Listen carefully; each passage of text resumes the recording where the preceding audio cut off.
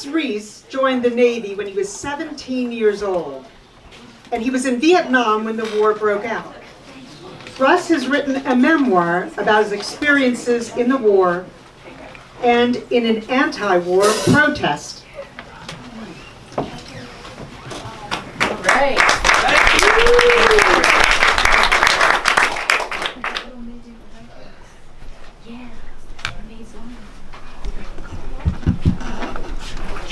Okay, little history lesson here for you. In 1969, I was a sophomore at the University of Delaware and a veteran, having enlisted in the Navy right out of high school. The October 15th Work for Peace anti-war demonstration and moratorium was a national event marked by local protests and work stoppage across the country. It was intended to give voice to those in the silent majority and demonstrate to the Nixon administration the company's demand that the war end. At the U of D, supporters of the movement were in high gear. Leaflets were posted everywhere. Most students wore the blue buttons with a white flying dove, and a rally was planned with speeches in opposition to the war and the administration. I had my button. Actually, I still do have my button right here. I wanted peace, but I had my own reasons. In 1964, when the Gulf of Tonkin incident occurred, the official start of the Vietnam War, I was a radioman on a landing craft in the South China Sea. My ship was in and out of Vietnam many times over the next 2 years, landing troops and supplies in remote and sometimes contested areas, and serving as a home base for river patrol craft in the narrow tributaries of the Mekong Delta. We were on the edge of things mostly, never in the heart of the blood and fury, but close. I'd covered my ears as cannons fired, my eyes burning from the haze of gunpowder. I'd watch planes scream past a few hundred feet overhead, jet streams from rockets shooting out behind the wings, bombs falling, concussion rings flattening nearby trees and slamming into the walls of the ship. I'd seen fire in the jungle, smelled it, and had watched thousands of spent shell casings, 50 caliber and 40 millimeter cannon swept from gun turrets, ringing like bells as they rolled across the steel deck and hissing as they splashed into the water.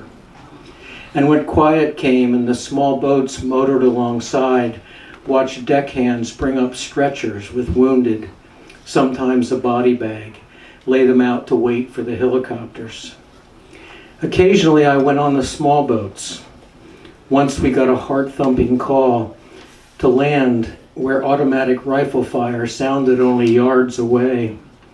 I was next to the coxswain with my radio behind a wooden bulkhead, my heart in my throat as we pulled to the edge of the jungle, dropped the bow ramp, and a wild scramble ensued getting a medic and a wounded Marine on board.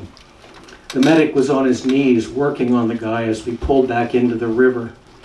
Minutes later, exhausted, he slumped against the toolbox and closed his eyes, a rifle crosswise on his lap and trails of dried blood on the backs of his hands. My radio babbled away as that image was etched in my memory.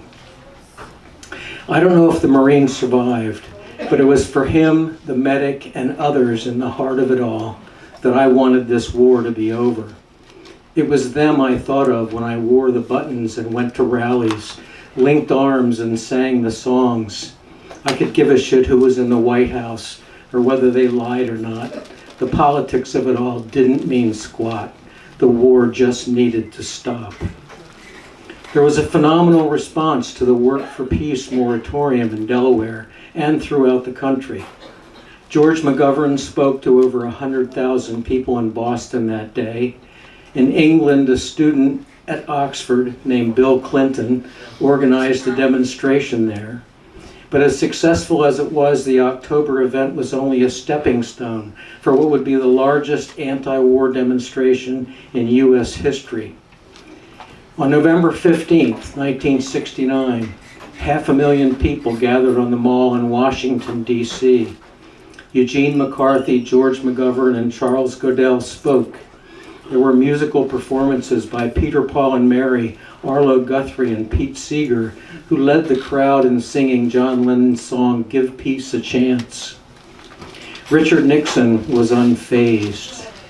He told his staff to let the nation know he was at the White House watching sports on TV when the demonstration occurred. The war went on another 4 years, costing the lives of 50,000 U.S. service members and as many as 1 million Vietnamese. Wow.